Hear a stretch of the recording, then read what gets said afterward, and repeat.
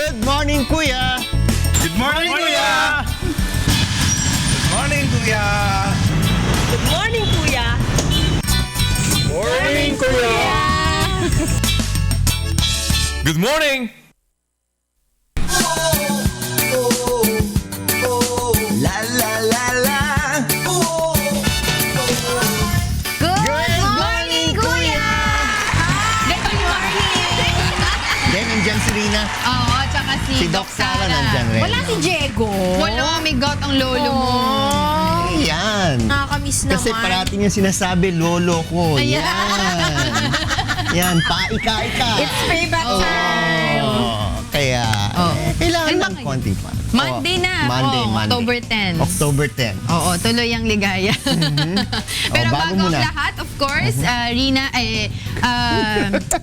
Kikay and Kong, di ba? We will start our day with words of wisdom, of course. Ito yung ating katanungan for this morning. Aminado po ako sa mga pagkakamali ko, subalit ayaw ko namang mawala ng pag-asa para wag akong lalong malulong. Papaano po ang dapat kong gawin? Ayan. Sasagutin po yan sa pamamagitan po ng banal na kasulatan, of course, with Brother Eli Soriano, dito po sa ating Biblically Speaking.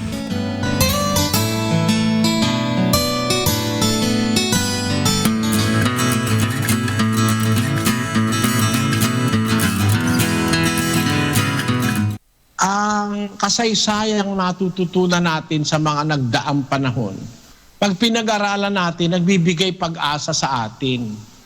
Halimbawa, ano ba yung pag-asa?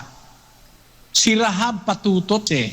Pag nabasa mo yung sumampalataya si Rahab, tapos gumawa siya ng mabuti sa kabila ng kanyang pagiging patutot, nagkaroon siya ng pagkakataong gumawa ng mabuti nang tanggapin niya yung mga sugo ni Josue, inaring ganap si Rahab. O hindi ba pag-asa yun? Kung yung patutot, pwedeng maging dapat sa Diyos eh. Basta sumampalataya at gumawa ng mabuti, ikaw pa, di ka naman patutot. Di ba nagbibigay pag-asa sa iyo yun? Hindi ba si Maria Magdalena ay masamang babae rin? Opo. 7 demonyo sa kanya lumabas. O 7 demonyo, baka ikaw 2 lang ang demonyo mo eh. Kung si Maria Magdalena ay naligtas, mas madali kang maliligtas dahil 2 lang ang demonyong nasa iyo. Yung mga Israelita, sa kabila ng kanilang mga rebelyon, sa kabila ng kanilang mga reklamo, hindi naman sila lahat nilipol ng Diyos eh. Meron pa rin nakarating doon sa bayang pangako eh. O di nagbibigay pala ng pag-asa yun sa atin. Na kung tayo man ay nagkakamali, hindi naman tayo talagang rebelde, natangay lang tayo. Kung tayo man nagkakabisala, hindi naman talaga tayo lumalaban sa Diyos, agaya ni Onesiporo. Nang mahiwala yung mga taga-Asya, si Pihelio at saka si Hermogenes, napahamak sila. Pero si Onesiporo, sabi ni Pablo, sana kaawaan ng Diyos ang sambahayan ni Onesiporo, sapagkat madalas niya akong pinagiginhawa at hindi ikinahihiya ang aking tanikalaan, sabi ni Pablo. Ibig sabihin, nahiwalay na ito si Onesiporo, pero nagbibigay pag-asa pa si Pablo rito sa kanyang sulat kay Timoteo. Yung mga taong naglingkod talaga at dumating sa panahon na nahiwalay sa anumang dahilan, Diyos na ang nakakaalam. Ang pag-asa ni Pablo, maaaring pagkalooban ng Diyos yun ang habag eh. Kasi, ang paniwala ko yung nasa 2:4 ng Roma, Sis Luz. O hinahamak mo ang mga kayamanan ng kanyang kabutihan at pagtitiis at pagpapahinuhod, na hindi mo nalalaman na ang kabutihan ng Diyos ay siyang umaakay sa iyo sa pagsisisi? Ayun, ang kabutihan ng Diyos umaakay sa tao yun sa pagsisisi Sis Luz. Opo. Kaya kung halimbawa, nakakaramdam ng pagsisisi yung isang tao, nagbibigay ang pag-asa itong talatang ito eh.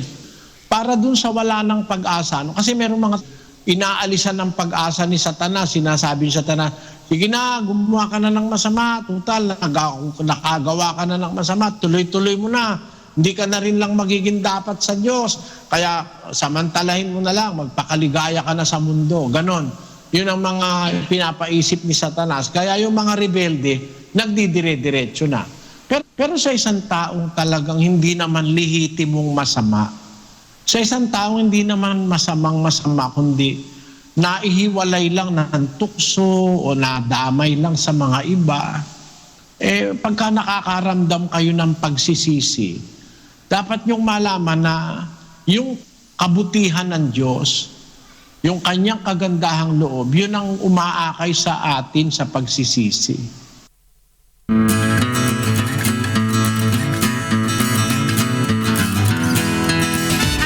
Kikay, nakinig ka ba? Oo, maganda Diba? yung sinabi ni Brother Eli. Yes, habang buhay may pag-asa. And of course, if you put God at the center of your life, everything will be okay. Totoo yan. Diba? Dapat lagi mo sasabihin sa sarili mo, gusto mo na magbago, whatever problems that you had, or kung ano man yung vision na nagawa mo, diba? At talagang yung...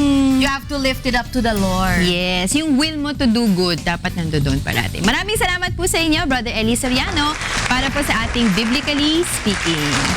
Alright, so today is... Quick Meal! Quick Meal, Buddy. Ano ba serye natin ngayon? Wait lang, ha? Ang serye natin ngayon, Abangan. Oo, wait muna.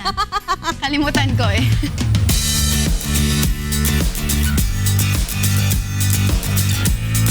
Kikay, what is our serye for this week? Oo, Angela, tsaka mga kasangbahay, ang serye po natin ngayon ay kanin serye. Oo, lahat ng Kanin. gagawin natin, Alright. may kanin, meaning nakakabusog. This is Yan meant to be. Oo, tamang-tama yan para may energy sila sa pagpasok. Teka muna, kanin lamig o kanin mainit? Depende kahit ano, basta kanin. Basta kanin. Oo, pero ang gagawin natin ngayon, What? masarap na masarap.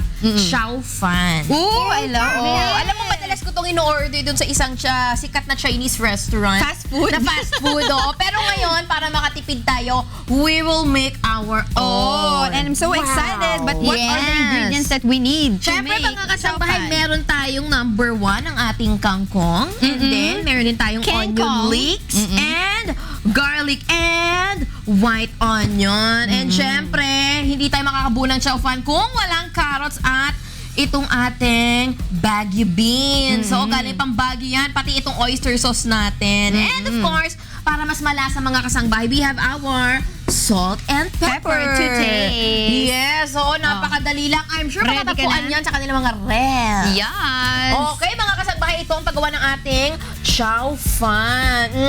Okay, number 1. Okay, ito mga kasangbahay, syempre kailangan natin ng ating cooking oil. And ilalagay natin ang ating garlic and onion. Samahan mo na rin yan ng carrots. At ayan ha, initin mo lang with our Baguio beans. And ito na mga kasangbahay, ang ating oyster sauce para may flavor at dagdag na rin ang ating kangkong. Ayan, haluin lamang yan na mabuti. Ayan, at ilagay na ang ating pinakabidang kanin. Ayan, at ilagay na rin ang ating onion leeks and salt and pepper para makumpleto. And ayan ang mga kasangbahay, ang ating napakasarap na chow fan. Sarap na Gustong-gusto ko kainin. to. Ako din. Ako, It alam mo naman reminds ako. me, oo. Basta kanin eh. Basta, lagyan mo basta lang ng kanin, lasa yan hindi ng tayo toyo. nawawala.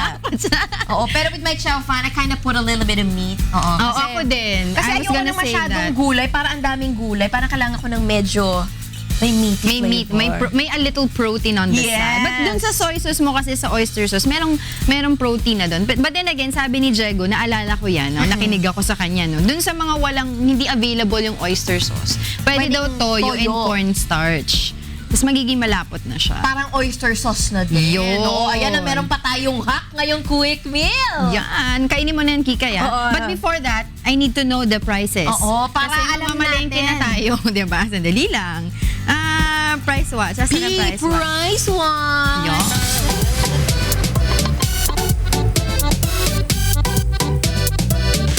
Good morning, Kuya! Good morning sa inyong lahat, mga kasangbahay. Nako, dapat good na good ang morning mo dahil nagbabalik ang palengkera na si Kikay at nandito ako ngayon, mga kasangbahay, sa Dagonoy Public Market in Manila upang alamin magkano na nga ba ang presyo ng ating mga pangunahing bilhin sa palengke. And syempre, ngayon, uunahin natin dahil Lunes ngayon. Alamin natin magkano na nga ba ang presyo ng mga bigas dito sa tindahan ni Kuya Rudy. Hi, Kuya Rudy. Hello!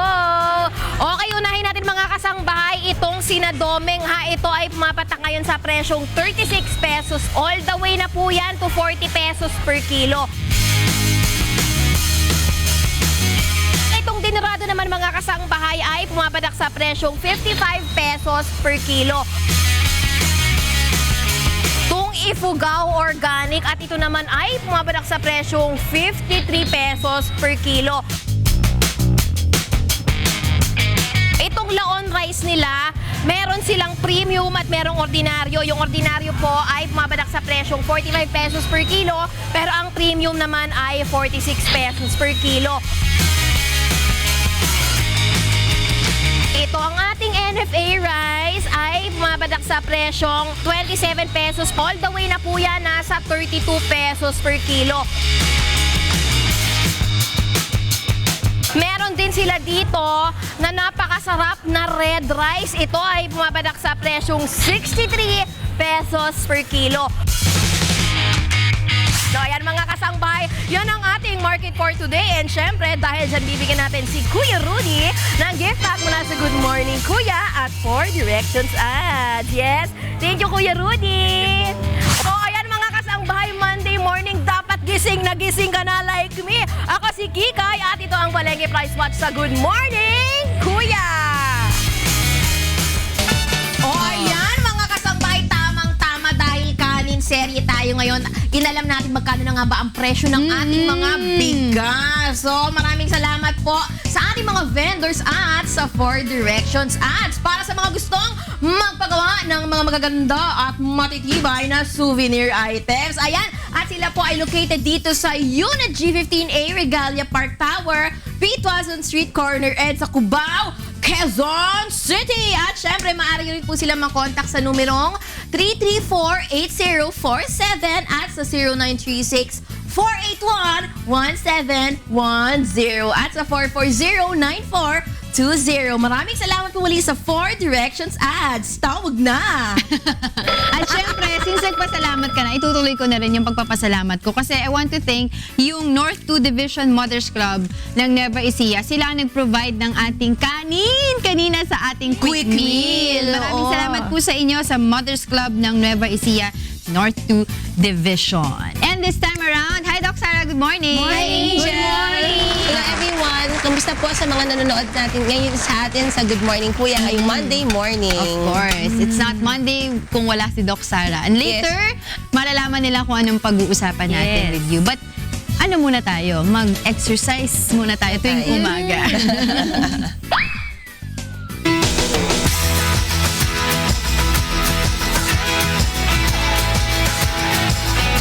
First, Ayan, para sa ating Fitness 101, ito very timely to, especially dun sa mga athletes natin, no? Kasi malalaman natin kung saan nga ba ginagamit ang hot compress at saka ang cold compress natin. So unahin na natin kasi mas common sa atin yung ating cold compress, di ba? Sa rice na tinatawag natin yung rest ice compression elevation, dyan natin ginagamit yung ice kasi kailangan daw ang ice within 24 to 48 hours of your injury. At sabi nga dito sa ice daw kasi it decreases the blood flow to the injury, thereby decreasing the inflammation and pain. Di ba sinasabi natin kapag may inflammation and pain, ice agad yung ilalagay natin. It reduces pain and swelling. Tsaka ginagamit natin ang ice kapag meron tayong sprains, strains, bumps, and bruises. Yung sa ating hot compress naman, ginagamit natin yan para dun sa ating mga muscle pains. So sinasabi nga dyan, itong ating hot compress, it's recurring pain to bring blood flow to the area and promote healing. So kapag paulit-ulit na yung pain na nararamdaman nyo,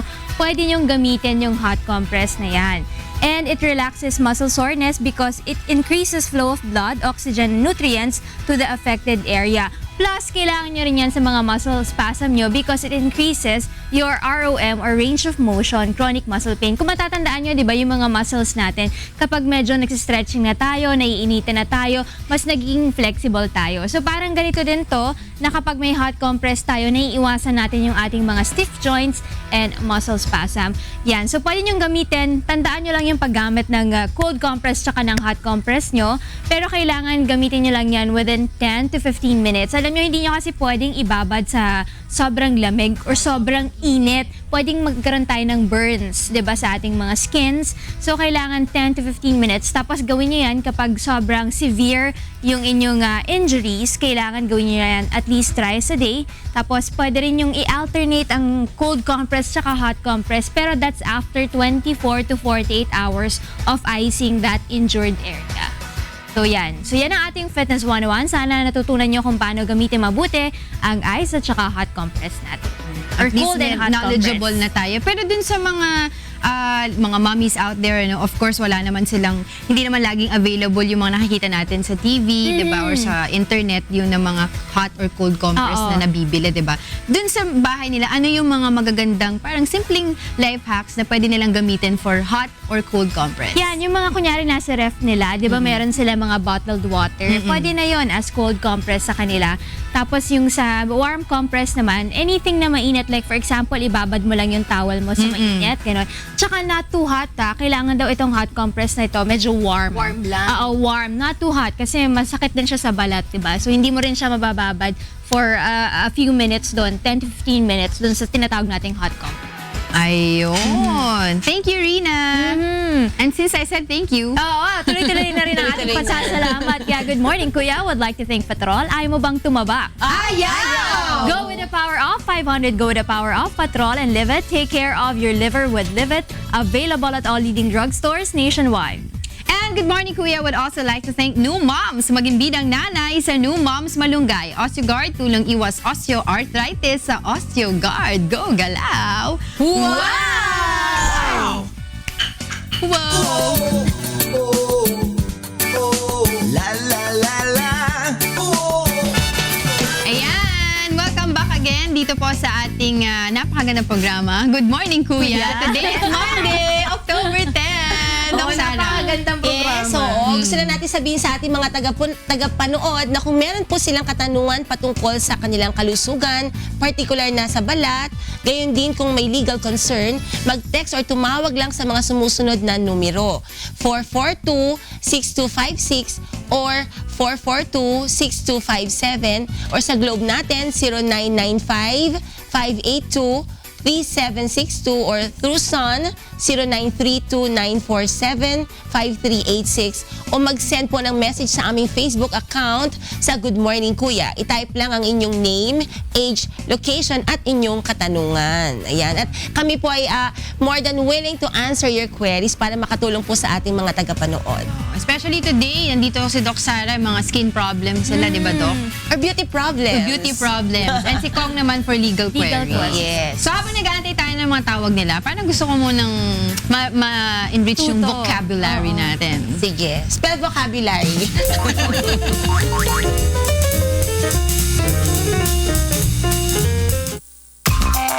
Word for the day.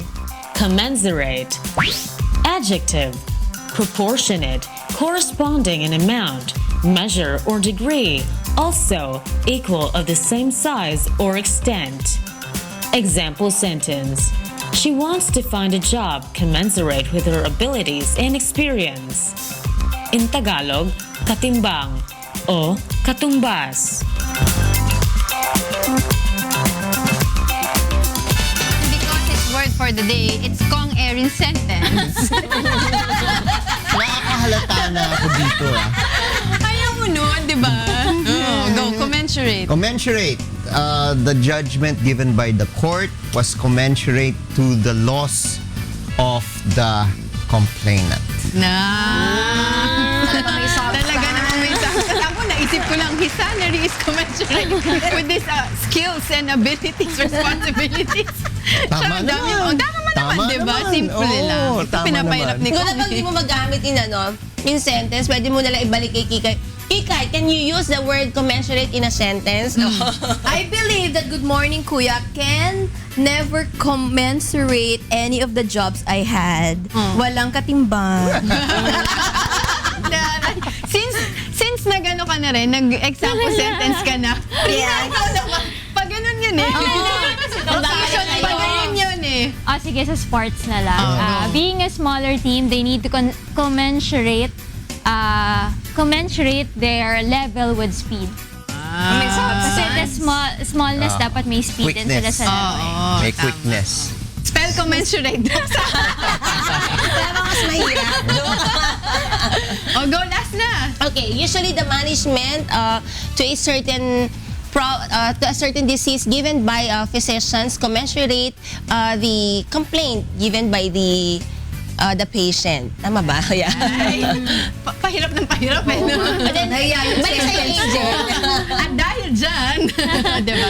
Meron tayo ngayon gagawin. Ano ba gagawin natin ngayon? Parang nakaka-drain yung ano natin eh. Yung word of the day, yung vocabulary natin. Pero mag-healthy lifestyle muna tayo this morning.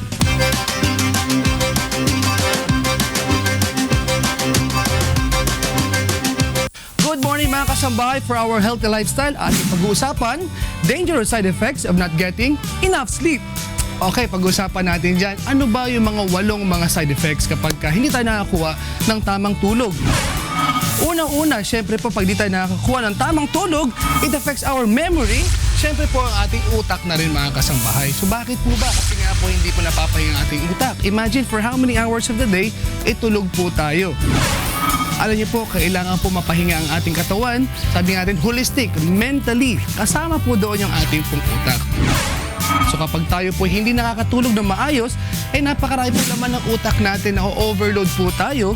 Kaya kung saan madaling magkaroon ng magiging makakalimutin. So yun po yung ating unang pwede po maging side effects kapag nakukulangan po tayo ng tulog. Pangalawa, ito po yung ating po nakaka-apekto, syempre po sa ating puso. Ano po ba? Bakit nakakapagod sa puso? Kailangan din po natin nagpapahinga po tayo para po yung pressure po na binibigay po natin sa ating katawan ay mabawasan. Nang sa ganun po, ang pressure po sa puso ay maiwasan din po masyado, no? Kaya nga po minsan kapag kakulang sa tulog, nandun po yung pagtaas ng presyon po natin o hypertension, o kaya naman po yung iba po ay nagkakaroon po ng palpitation. So maganda po sa atin dapat makuha ng enough sleep, which is 6 to 8 hours po yan every day. Pangatlo, ito po yung nagkakaroon po tayo ng pagbagsak ng ating immune system. Para sa po bang immune system, syempre kailangan po natin ang panglaban po sa iba't ibang infection po sa paligid po natin.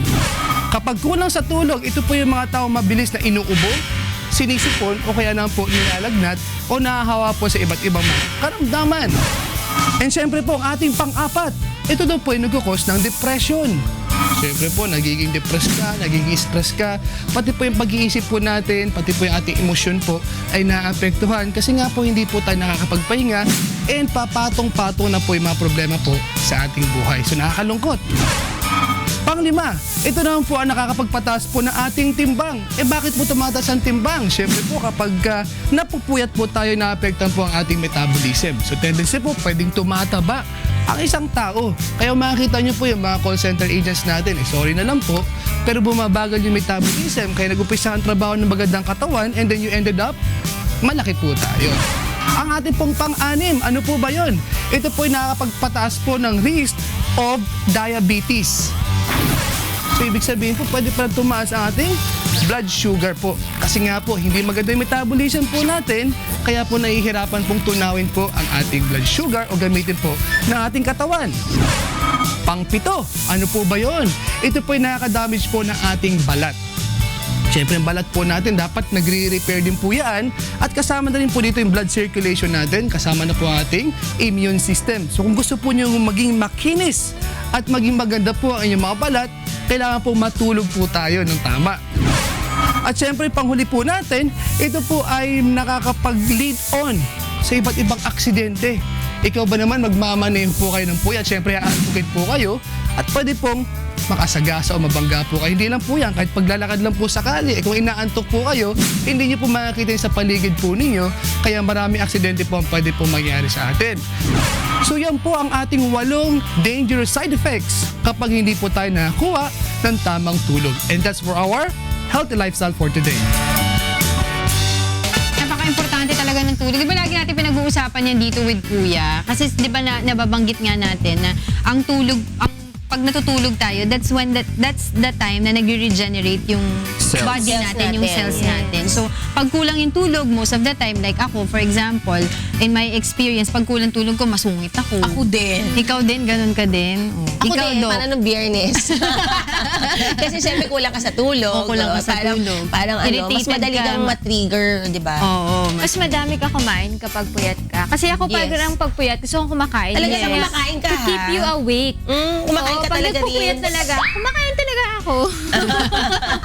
Okay, Nadala lang sa sabi mo eh. puyat. Hi, Monica! Morning! Bakit parang tumatawa-tawa ka lang ng Nakaranas ng puyat. Nakaranas ng puyat. Oo, namamagay mata niya. Sobrang tulog ba yan? Konting Actually, ako tulog. nakinig mabuti eh. Dapat daw kasi nakaka 6 to 8 hours a day ka ng Oo. tulog. Eh, dahil medyo, kulang. Bakit siya namamaga? Tama nga ba? Oo nga. Sa eyebags ko. So, importante talaga matulog tayo. Doc, sa mga age natin, within our age group, Thank you, kasama na si, Thank you, sinama mo kami ni Sige, Kong, sige. sama natin si Kong. Ano yung mga oras na dapat yung ilang oras dapat natutulog ngayon ng isang tao? Kasi iba-iba yung nakikita natin pag nababasa natin, they say 6 hours pwede na. Pag sa mga bata, 8 hours pwede na rin. So, ano talaga, Doc, yung talagang appropriate time na natutulog ka? Hours. Yung sinasabi nila na 8 hours, Hours of sleep. sa age natin din natin talaga yon. Usually, kapag ka mas bata, kasi growing period yan, no? Dapat more than 8 hours ang tulog nila. Kasi we expect yung mga epiphyseal plates nila, yun yung mga part ng bone na Yes. hindi pa sila nagsasara, Basically, pag mas natutulog ka kasi, okay, sa peak ng Growth tulog spurt yun, mo, di ba? nagkakaroon ka ng release ng growth hormone. And kung hindi ka natutulog, when do you expect that to be released? Kaya nga it's advisable also na kapag tulog ang mga bata, kahit kunyari pangit ang pwesto nila, huwag nyo nang iayos. Hayaan basta nyo na. Pag medyo makatulog, nag-inat na, tuloy-tuloy. ibig sabihin, nandun na sila, wala na sila sa peak of sleep. That's the right time when you can like move them and parang in case ma-disrupt mo yung sleep mo, yun. So basically, going back to sa sinabi mo, dapat yung sinasabing 8 hours, hindi yung pang sa atin yun. Pang sa atin din At yun. least 8 hours. Pero pag mga bata, the longer time. Yeah, more than 8 hours definitely. Pero yung singit ko lang to, Doc. Yung sinasabi nila pagka nung mga matatanda, di ba, pag sa tanghali, matulog ka naman tanghali para lumaki ka. Tumangkad ka. Kaya yun, tama din yun. Hindi, tama yun. Basically, sinasabi natin na kanina, pag bata, di ba, more than 8 hours, you do not expect naman a kid na parang tulog na alas 5 ng hapon, tapos bilang alas 5 ng umaga ang gising. Kasi, when you say yung number hours of sleep, talagang maganda tuloy-tuloy. However, hindi mo naman makakomplete yung sa bata na gano'n. So, yun na yung kadagdagan during yung yung parang siesta sa tanghali, no? Yun yung compensate Sige, yung go ahead. sleep with, kunyari kulang ka sa tulog, no? Yung mga power naps na tinatawag. Like for example, 3 hours ka lang natutulog, pero in between, dalawang beses ka naman mag-power nap. Is that okay? Tandaan nyo yung small duration of sleep can never equalize or Never yung commensurate. power nap, okay? Never commensurate yung talagang long period of sleep. Hindi yon. Kaya lang, at ito, makakatulong yung power nap, like especially if you're gonna be driving, rather than parang you put your life at risk on the road, so might as well get that power nap, no? Para at least medyo makakuha ka ng konting recharging of your brain cells para hindi ka delikado sa daan. Actually, question ko, medyo related kay Rina. Naalala ko nabanggit kasi ni Kuya before, nagkakaroon daw na certain studies lately na parang instead of 8 hours daw na tuloy-tuloy doki, parang mas okay daw pag 4 hours na hati, no? Ay, parang hati mo yung 8 hours into two parts. So, take 4 hours. Meron din na yung iba sinasabi, mas maganda kung 3 hours, 2 hours within the day. Kung baga isi-scatter mo. So, what's the truth behind it? I do not know regarding the studies na nasabi mo. However, ako, in my own opinion, ako feeling ko, I'll go for the longer period of sleep. Kasi try mo na lang sa sarili mo. Kung kunyari ang tulog mo 4 na oras lang, Sakit medyo sa hilaw. ulo. Ako masakit sa ulo. Especially nung time na nagme-medicine. Siyempre, yun lang yung haba ng tulog mo. I would take na mga analgesic para pagising ko, sure na magigising ako. Kasi, di ba pag masakit ang ulo mo, gusto mong itulog ulit. But of course, if meron kami exams, no, hindi naman ako pwedeng mag-absent, no? Correct. So, ako, sa experience ko, I prefer yung longer time of sleep. Oversleeping can be bad din ba? Yeah, kasi syempre, pagkatulog ka, increase yung growth hormone release. And that's glucogenic. Ibig sabihin, kaya di ba iba tumataba pagka sobrang ng tulog naman. Tulog naman. Yes, so you feel bloated, yan. Yun. So talagang 6 to 8 hours yung ideal time for adults. Yeah, ako 8 hours. 8 hours. Kaya pa natin yun. Ako minsan overboard kapag hindi ako nagigising dito. Bawal din daw. Pag Basta weekend, lahat ng oo. kulang at sobra masama. Dapat sakto lang. Sakto. Oo, jutay lang. Oo, maraming salamat kay Haris at kay Doc Sara dahil mas marami tayong natutunan sa pagtulog. Oo, naantok tuloy ako, nakakaloka. Pero mga kasangbahay, bago ako antukin, patuloy muna tayo sa ating public service dito sa Ikonsulta Mo.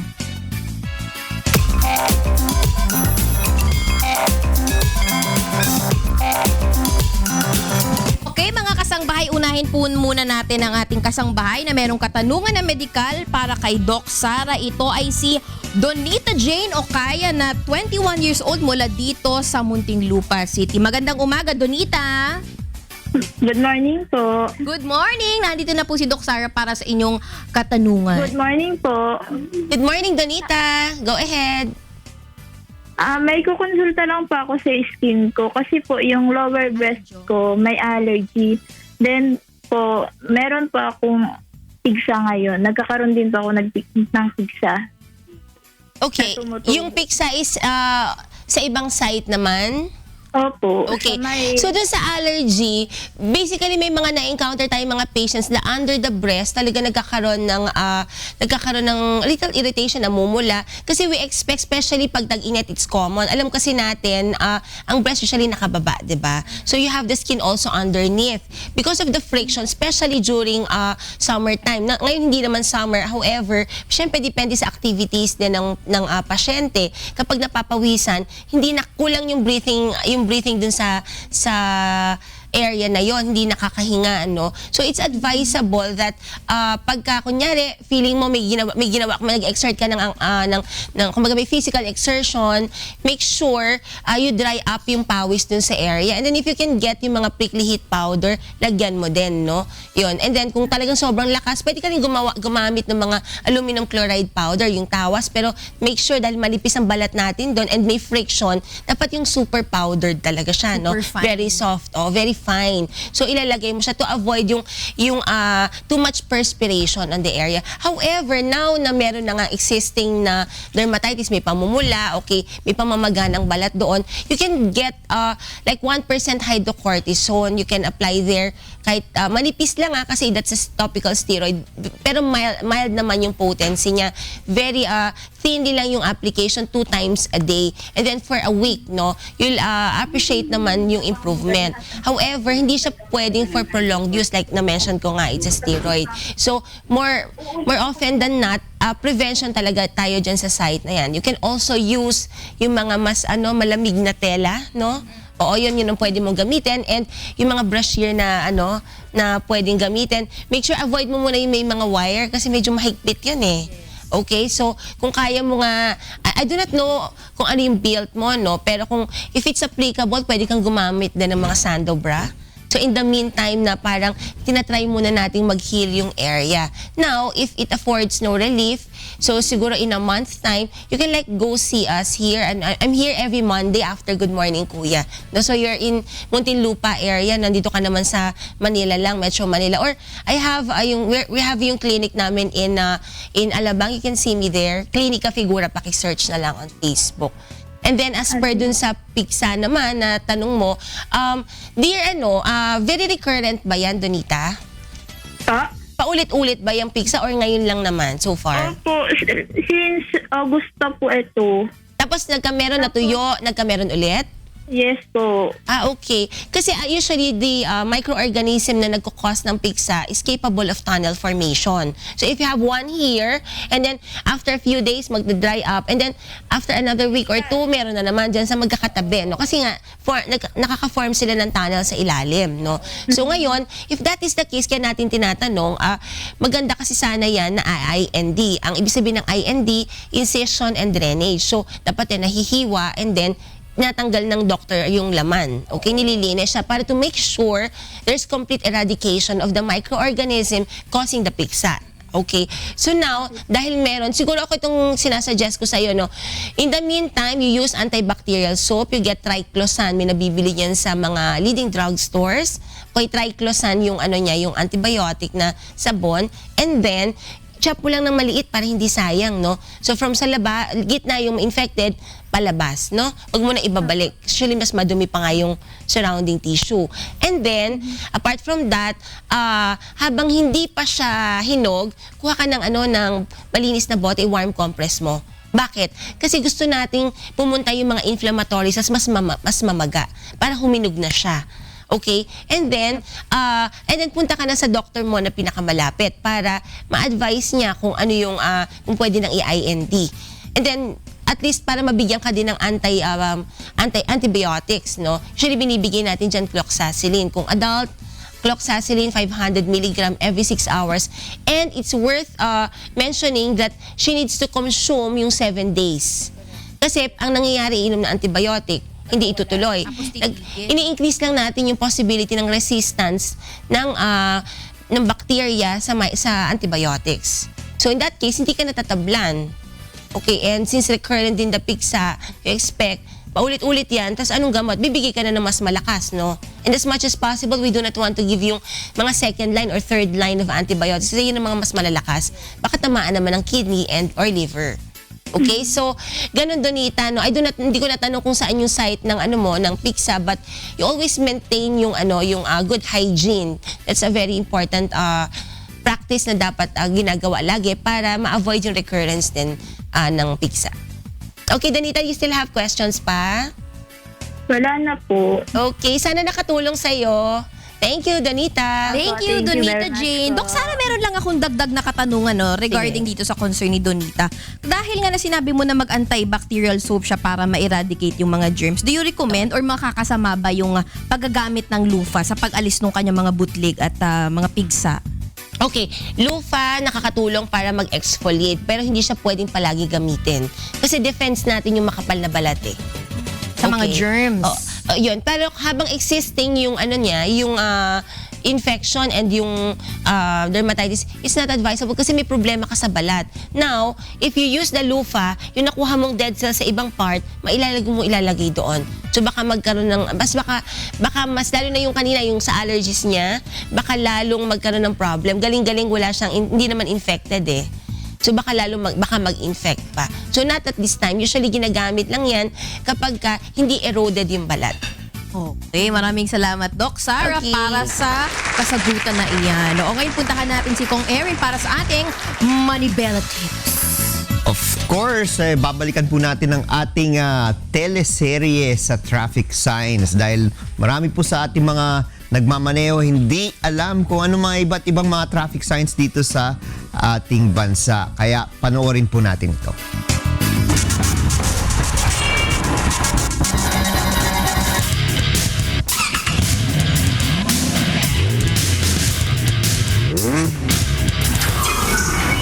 Ang ibig sabihin po ng traffic sign na ito ay no stopping anytime. So makikita po natin siya sa papasok ng tunnel at palabas ng tunnel o paakyat tayo ng flyover.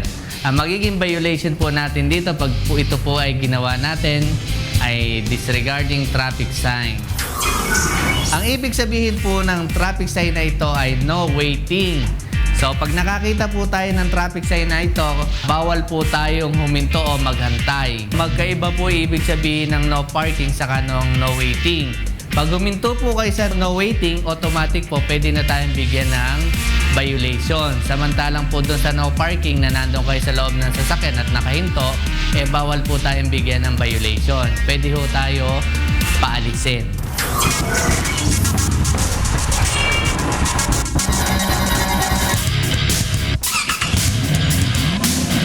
So yan meron dalawang magkapareho, yung no parking na X Yes. and no waiting na slash lang. Yes. Yun.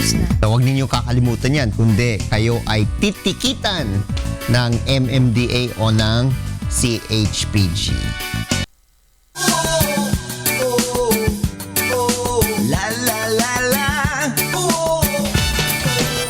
Good morning, Kuya!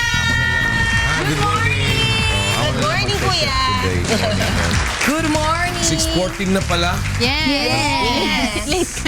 Oo. Bumalik pa kasi ako. Nakakalimutan ko yung pera. Oo, nagbigay Nainu- ng allowance kay Mio si Nakakalimutan ko Kuya. yung pera na inuutos mo sa ate mo. Inuutos na Kuya, akong ano bumalik. yung tawag sa currency sa Brazil? Reais. Ano, reais? Reais? Paano spell yun? Reais ang Reais. Pero kung pronounce nila yung reais. Reais. Ooh, I learned something new today. Reais. Oo. Ayan, syempre mga kasambay. Ngayon meron po tayong panauhin na makakasama ni Kong Erin para sa ikonsulta mo.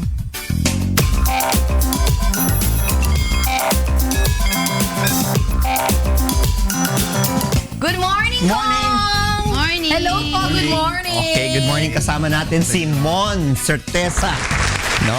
National Project Coordinator ng Industrial Philippines. Good morning, Kong Erin. Oo.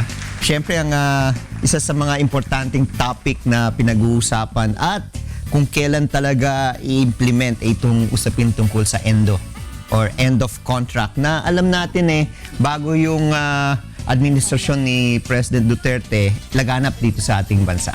So, ano ba ang status natin ngayon? Ito nga yung pinag-uusapan natin ngayon, Kong Erin, ay yung tungkol po sa usapin ng ENDO. At tinitingnan naman po namin ang pronouncement ng Pangulong Duterte na sinasabi niya na itong pong taon ay babawasan niya po ng 50% na mga kaso ng ENDO at sa susunod na taon ay tuloy na pong mawawala. At pinangahawakan naman po natin yung kanyang mga pronouncement na yan. At may mga ibang panukala na tinitignan na magpalabas ng panibagong department order kasi ang kasalukuyan po nating regulasyon ay yung Department Order 18-A. At sinasabi naman po ng Department of Labor na willing po silang makipag-dialogo sa hanay ng manggagawa, sa mga sektor, lalo sa employer, para po magkaroon ng balibagong regulasyon na talaga magtatakda at magtatapos ng issue ng kontraktualisasyon.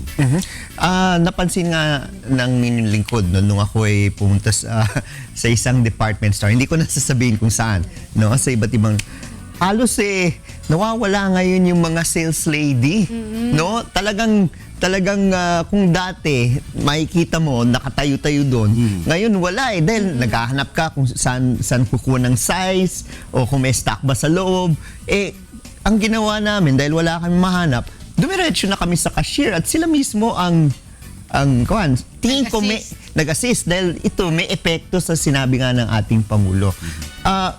Nagkaroon ng meeting ang Department of Labor and DTI nung nakaraan kung saan nandun yung hanay ng mga manggagawa at nandun yung hanay ng mga employer at they were tinitigan nga nila yung ano yung win-win solution. Ito ba ay naging matagumpay na pinag-usapan o mukhang hindi rin na nangyari? Yan po ang isang tinitignan po natin na sinasabi na ito raw ay isang win-win solution. Pero ang sahanin ng paggawa, kung wala pong mungkahi na galing po sa labor, ay ito hindi magiging win-win. Dahil sa tunayan, yung minumungkahi po ng DTI ay kanilang mungkahi lamang po sa kagawaran. Ano yung minumungkahi nila? Ang pagtingin po namin dyan sa struktura ng tinatawag nilang win-win ay wala pong pagkakaiba yan.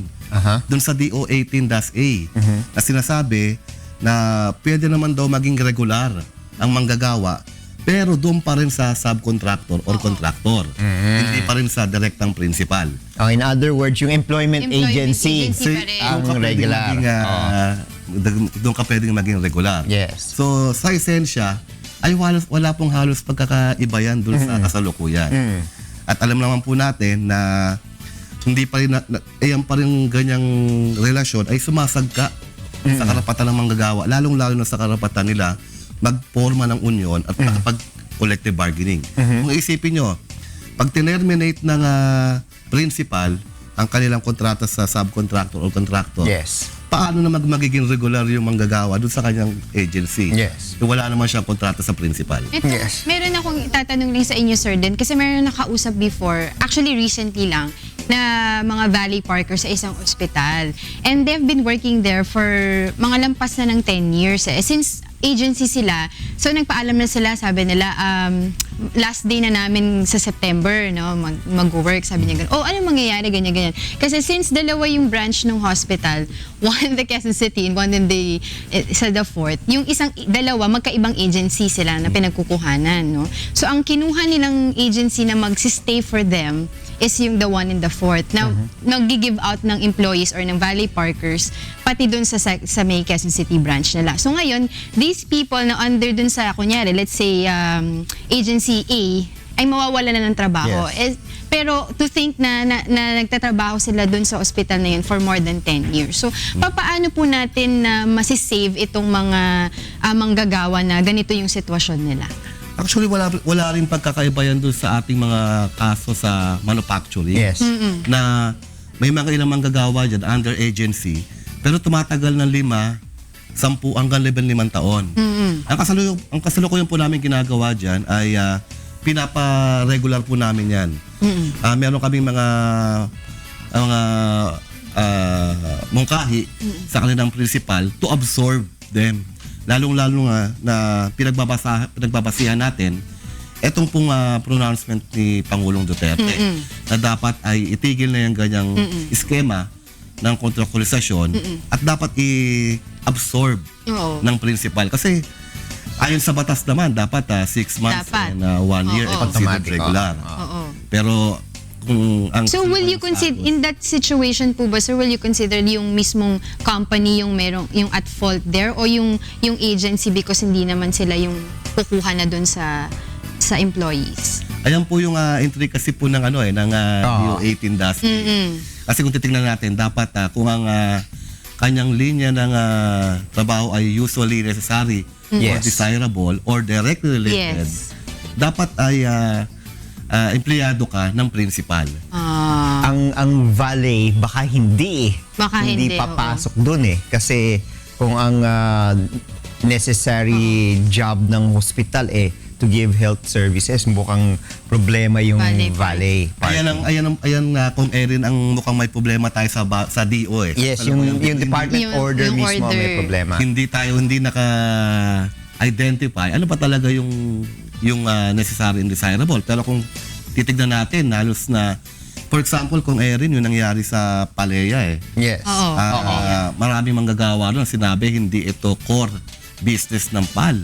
Pero kung tutuusin, ay trabaho talaga nila yon na directly related ang operations. Dahil yun, kitang-kita yun. Kita naman na may violation talaga. And ito yung isa sa mga I would say dito masusubukan talaga yung administrasyon kung seryoso talaga sila labanan itong usapin ng contractualization. Dahil kung magiging matamlay, no? Ito kasi namunga ito dahil sa pagtingin ng mga may-ari ng mga kumpanya na takot sa union. In real, that's the main issue kung bakit naging dapat maintindihan ng mga may-ari ng mga kumpanya na hindi naman kalaban ng union. And kaya parati hindi pinapaabot ng 6 months yan dahil alam nila pag 6 months regular na yan. Dapat kaya 5 months.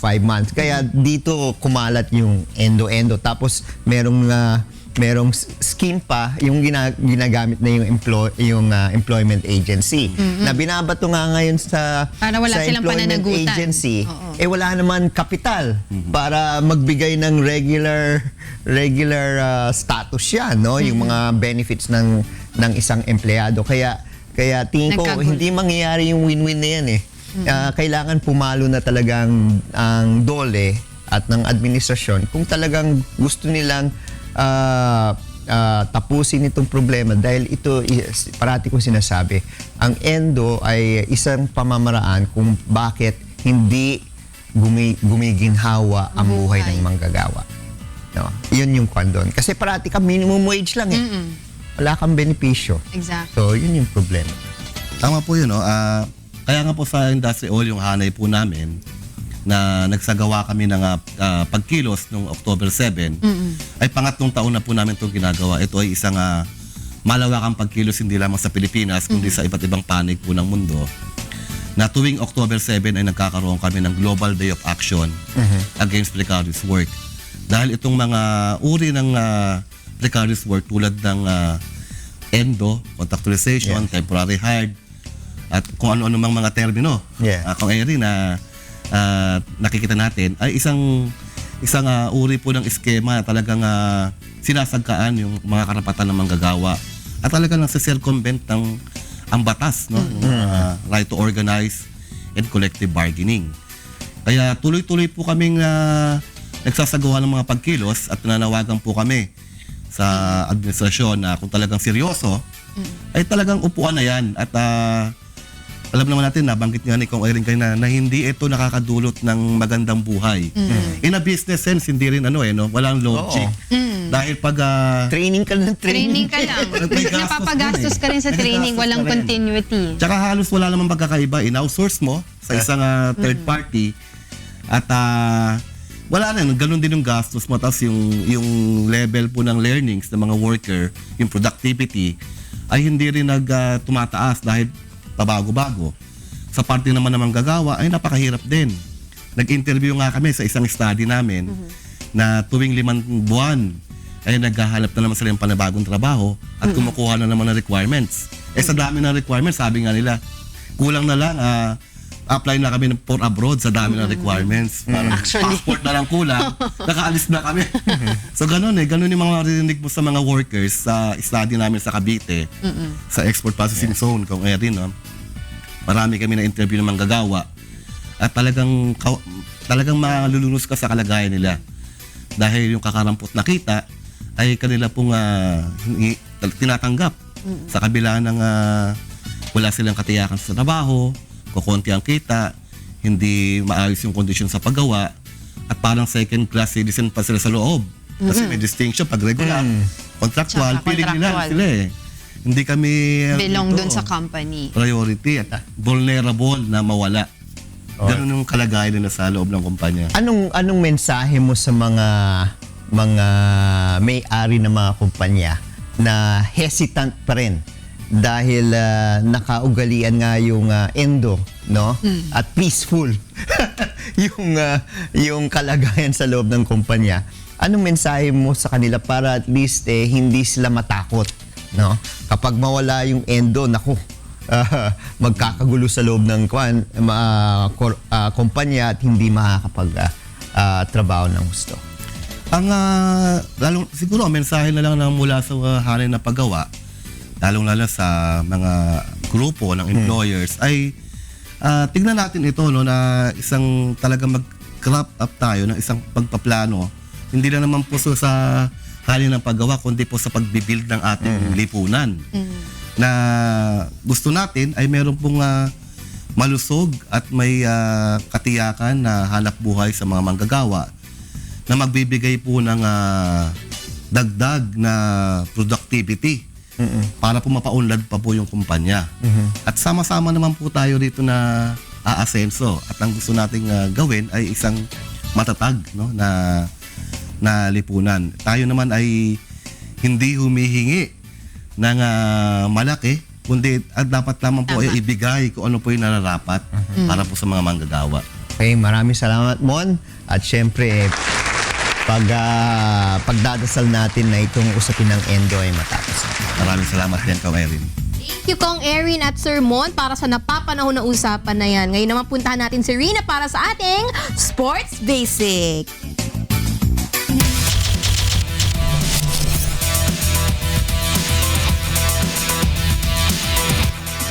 Rina! Ito medyo hindi to common sa atin, no? Yung sports na lacrosse. Kaya kailangan malaman natin kung ano nga ba ito. Panoorin po natin to. Ready?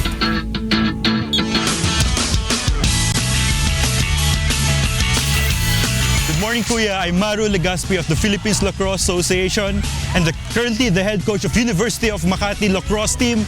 And I'm here to introduce you the sport of lacrosse. So basically, lacrosse is the oldest team sport in North America, and including the US and Canada. So before it was a modern sport, it was a form of a ritual or a tradition in which two families or two tribes to settle disputes between the families.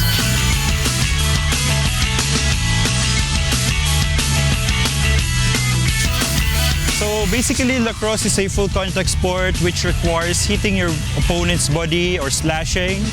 The game is played 10 on 10. You have the goalie, you have 3 attackmen, 3 defensemen, and 3 midfielders. The object of the game is to score a goal or a point on a 6-on-6 goal.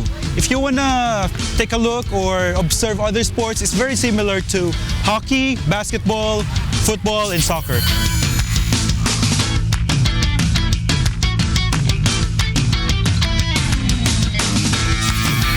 So as a part of the Philippines Lacrosse Association, whose mission is to introduce, develop, and grow the game in the Philippines, we're building up lacrosse programs throughout the country. So currently we have programs here in the University of Makati. We have programs in Dumaguete City, in Silliman University. We also have programs in Bacolod City, La Carlota, and Cebu City.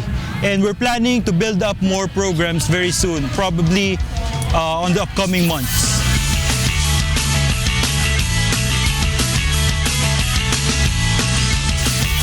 The Philippines Lacrosse Association was founded around the year 2011. So recently we won our first championship in Philadelphia. The tournament was called the Philadelphia International Lacrosse Showdown, which consists of Team Philippines, Portugal, Israel, and Team Hungary. And fortunately, we came out the first team who won the tournament.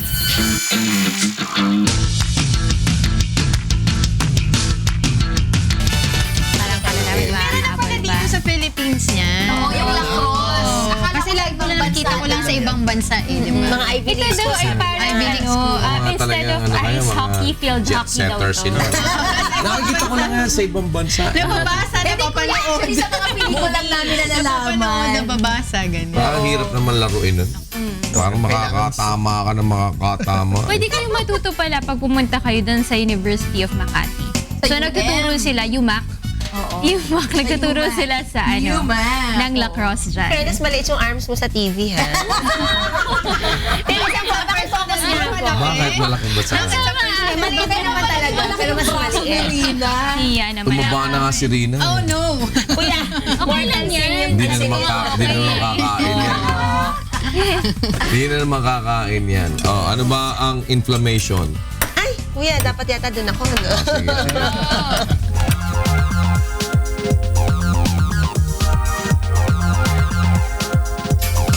Wala kayong ambisyon ngayon. Okay, ang topic natin this morning. Lahat ng babae.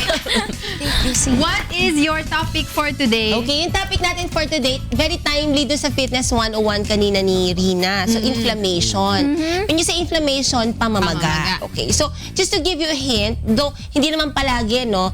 When you see IT sa dulo, ITIS, that's may inflammation. Bursitis. For example, tonsillitis, bursitis, dermatitis, appendicitis, so ganun Tsaka yung siya. sabi ni Kong, buntis. Buntitis. Okay, so yun siya. Now, it's not very common na i-discuss siya kasi parang masyadong non-specific. But siguro sa kaalaman ng ating mga tagapanood, no, maganda kasi may idea sila na paano nila malalaman na may pamamaga. Paano nila naiintindihan yung full course ng pamamaga or inflammation. Okay. When there's ang inflammation kasi ay isang defense mechanism ng ating katawan. Okay. Iba-iba kasi ang pwedeng magdala niyan. Pwedeng infection or infection. Hindi porke may infection. Hindi sila pareho, ha. Magkaibang infection Sa at saka inflammation. Kasi ang inflammation po ay pwedeng, can be caused by non-infectious agents. Say, for example, nabunggo ka dito, biglang namaga. So, wala namang infection doon, di ba? But generally speaking, ang inflammation kasi is panlaban natin. Para saan? Kung may infection, ano mo yun, defense mo. Kung nasugatan ka, mag-i-inflame siya, mamamaga siya para madali na siyang gumaling. Okay? And then, sa iba naman, kung kunyari, hindi lang basta nabangga, say for example, nahiwa ka. Okay? Mamamaga yan sa gilid, di ba? Mamamaga talaga yan. Para mag-repair naman. So, yun ang objectives or goals. Bakit nagkakaroon tayo ng inflammation? God is so good naisip niya yung pagkakamera ng inflammation. No? So, ano-ano ba yung mga hints na merong inflammation na nangyayari. So, first, kapag kasi may pamamaga, ano ba napapansin nyo? Anong kulay? Namumula. Namumula, okay. Oo. Kasi, there are 5 cardinal signs of inflammation. You have rubor, so that's redness. Okay, bakit may pamamaga? Kasi merong tapos may heat din, di ba? It's warm to touch. So there's calor, rubor, calor. Okay, you have dolor, di ba? It's masakit pag may pamamaga. Yan pag ang gums mo, sakit-sakit, di ba? So basically dolor, there's pain.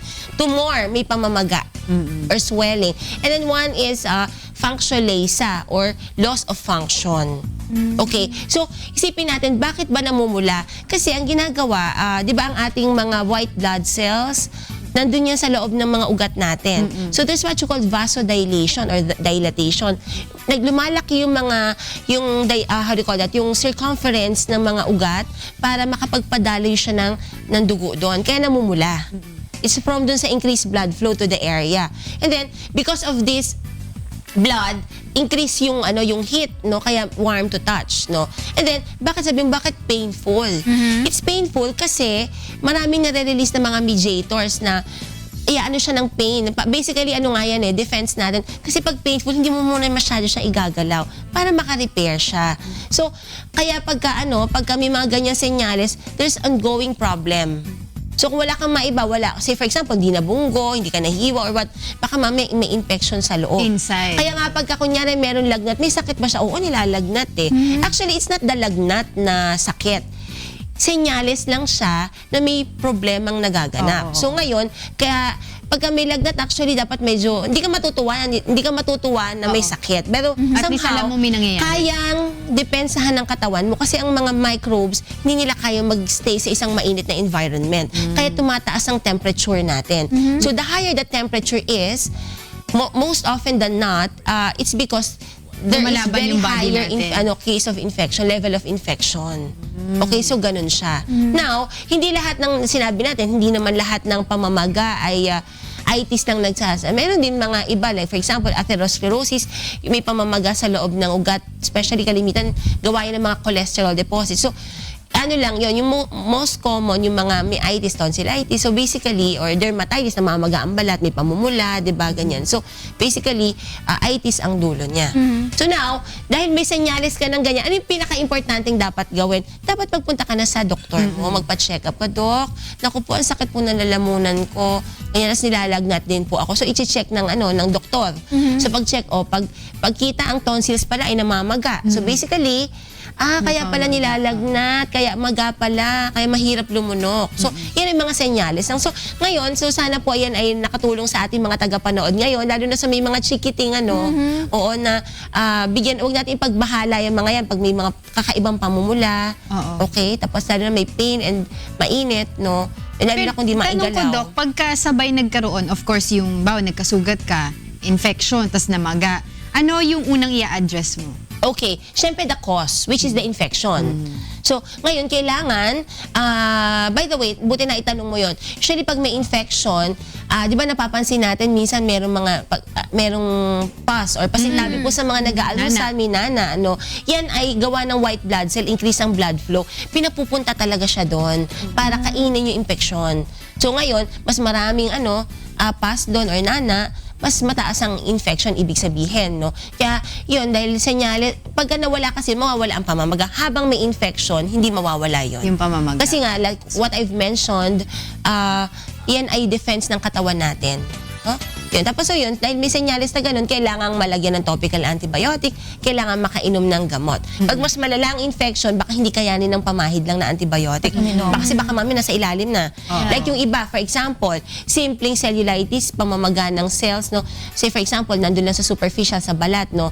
Pag yan pinagpawalang bahala, dahil nagkakaroon po ng nana, pwedeng kainin yan ang muscle sa ilalim.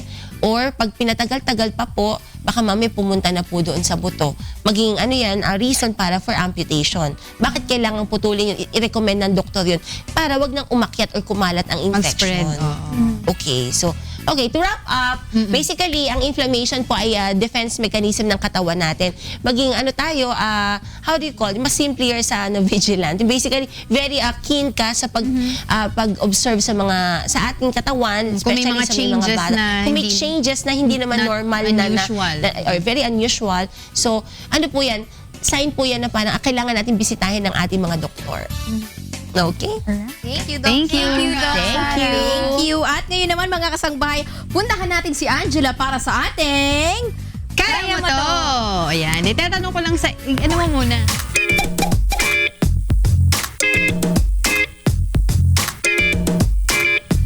Tatanong ko muna sa inyo, sino ang gumagamit ng paper clips? Me! Lahat naman tayo. At usually, saan nyo ginagamit yung paper clips? Hindi, aside from that, yung Ay, documentation. ako may aside from ginagawa ako. Bukod dun sa mga pang-office, sa mga files, ginagamit ko rin siya kapag hindi ko naubos yung chichirya. Inaano ko siya para hindi magkunat. Oo. Gamit mo sa strap eh. Ay, oo. Kasi kuya, hindi na kaya ng aking mga aking mga garments. O, diba? Hindi, ginagamit nila yan sa strap kasi para wag lumalabas. Malaglag. Kiniklip nilang ganon. Kaya lang bumabakat minsan yung Nakikita. yan, paper clip. Diba, ganon. Tapos, marami pwedeng Ikaw paggamitin. ba kuya, nagamit mo na yung paper Pang-pick clip sa lang lang. katawan? Hindi pa naman. Oo, minsan. Marami ginagamit niya pagka meron yung kang- butones, Oo, pagka nawalan ka ng butones, di ba? Tsaka di ba pag gusto mong mas maayos, kunyari magsasalansang ka ng bills, di ba? Yun, pwede rin makaayos sa sa Kaya wallet. ginagawa ko ding stand ng cellphone. Oo, galing. Yeah. Paano stand yung kuya? Ay, balik. Paper clip? Paper clip. Paper clip like Yung mas malaki. Yung malaki. Yung may itim. Yung ginagawa ni Yung Bong na ginagawa ko selfie dito. stick. Yung nilalagay ko dito. Tapos, hindi, pati yung paper clip na mga ganon. Pwede mo din gamitin yun. I-ganon mo lang siya. Liit. Parang pwede yun. Oh, meron pa akong dagdag, MacGyver.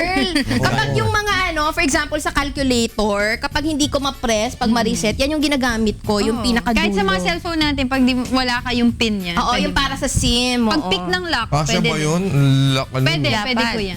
Sa iPhone? Oo, pwede. Basta maliit lang. Yung yung maliit. silver, Yung yung may cute na color. paper Kasi pag clip, yung may color, makapal na siya. Tsaka nababale eh. Oh, but ano sa mo ginamit? Marami, kuya. Panoorin mo sa ating Kaya Mo To. Napulot yan eh. Napanood ko yan eh. Panood mo. Facebook. Asan na? Ang paperclip ay karaniwan nating ginagamit sa pag-aayos ng mga papel o dokumento sa ating mga bahay o opisina. Pero higit pa dito ang pwede ninyong gawin sa paperclip.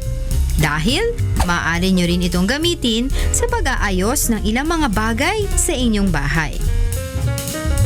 Gamit ang paperclip at rubber band, pwede ninyong gawing organized ang mga wire o cable sa inyong bahay.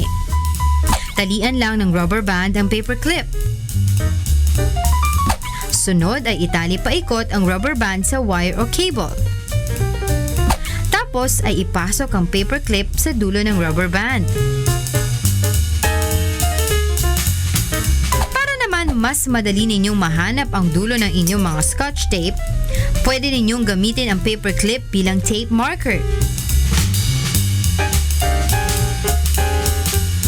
Maaari nyo rin itong gamiting makeshift zipper pull.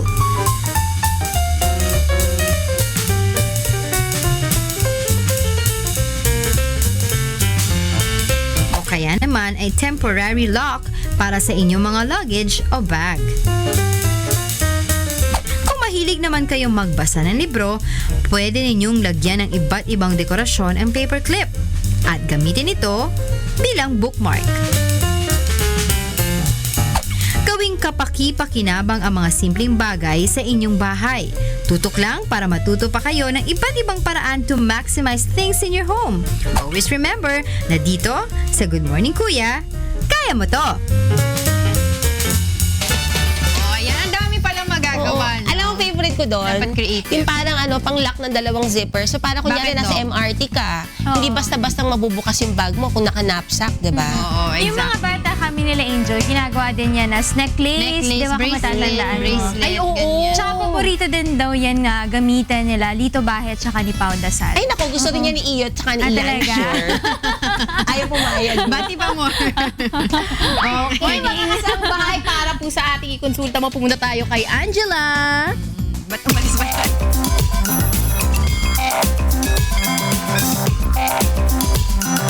Alrighty, sa pagpapatuloy po ng ating public service mula po sa ating 1,360 satellite monitoring centers, may mga magtatanong po sa atin. This time around, Kong, legal queries to ito ay mula kay Camilo Santos, 42 years old, mula sa Bagubayan, Taguig City. Camilo, good morning.